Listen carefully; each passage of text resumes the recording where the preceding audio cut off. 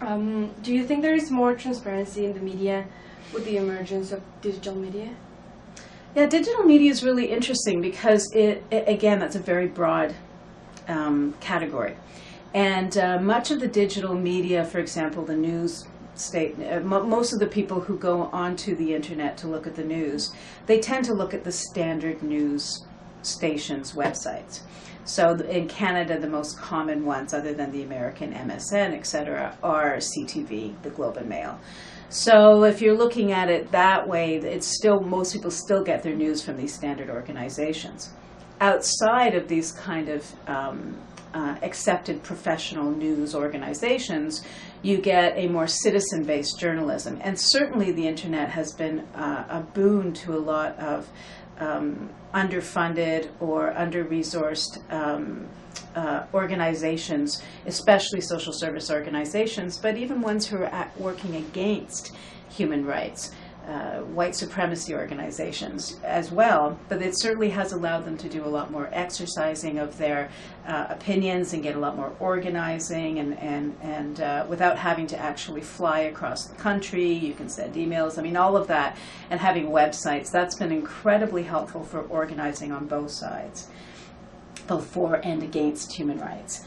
And that's been interesting, and then you can get to what we might consider the blogs or the opinion pieces, which are, again, aren't really news, but are certainly part of the public sphere, the public discussion.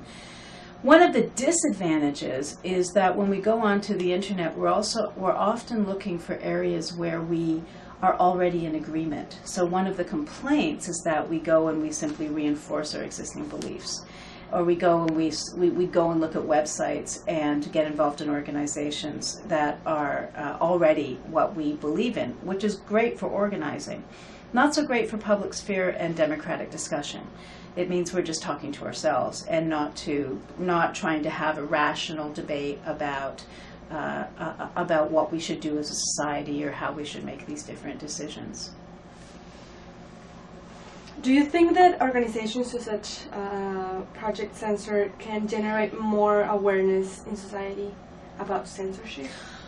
Absolutely. What is really important is that we continue to point out where there have been these deficiencies. We continue to point out and to call it censorship, to not say that, oh, well, this is just the result of the implications of commercial ownership, but to say it's more than that. It is such a dominant pattern that it is a kind of censorship, and to call it that. So it's really important to keep monitoring it, to pointing it out, to making it clear that this is still happening, so that you see that kind of resistance to the sort of hegemonic belief system that our media is perfectly free. It is free of government. It is not free of other kinds of influences. And in the U.S., some argue that it isn't even free of government, as in Chomsky and some of the McChesney articles, or discussions. But it's really important to monitor it so you can empirically point to examples. And when people say, "Oh, you know, we have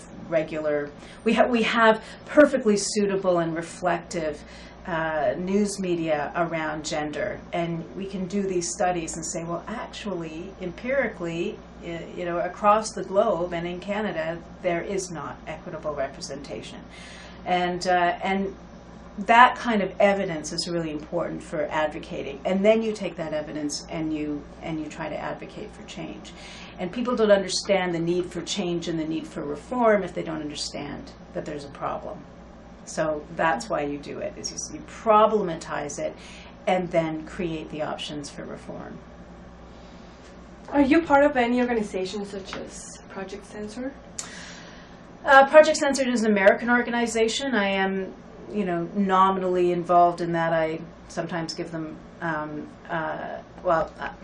I mean, I'm nominally involved in that. I watch their website and I pay attention to their reports.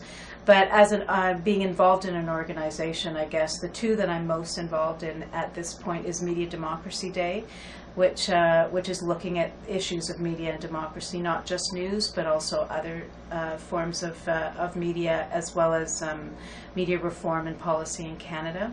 And the other one is the Global Media Monitoring Project, which which is the international project where we monitor. This last report, we had 108 countries involved in looking at how the news covers gender internationally and in each country. And I did the Canadian research and wrote the Canadian and the North American reports. So both of those organizations, Media Democracy Day is started here in Vancouver, but it's a Canada-based organization, and the Global Media Monitoring Project is an international organization. And why did you decide to start getting involved with these organizations? I worry about the kind of information that people get. We know that media is a dominant influence on what we think of the world and how we create our identity, how we understand problems, how we exercise our politics or not. And so the concept of news is where we get most of our information most of the time. And it's really important that it's accurate in order for us to have a democratically represented and functioning media. Too many voices are being limited, too many voices are being censored, too much is not being exposed of problems, and if we're going to solve a lot of the problems going on, we need to open up that debate. 5 minutes left. Okay, in your opinion, how can we effectively educate the society on the subject of censorship in the media? Yeah, that's a big question. It's really how do we construct social change, and social change, both in terms of getting public support, but public information out there. So using the media to critique the media. There's a lot of alternative media organizations. Even some of the best journalists in Canada admit that investigative journalism is happening in a lot of the alternative and independent magazines, not happening in mainstream news organizations. So getting alternatives out there, as well as creating events and doing research and translating that into public discourse. It's all about creating a public sphere debate about it, and then offering real alternatives, offering possibilities for change and reform. So not just critiquing, but saying it could be different. And for example, Rabble.ca is one of those organizations that people just decided, we've been complaining too long, we're just going to construct our own media. And we're going to make it really credible, and we're going to make it really interesting, and they did. So, constructing alternative media as well as trying to reform it from the inside.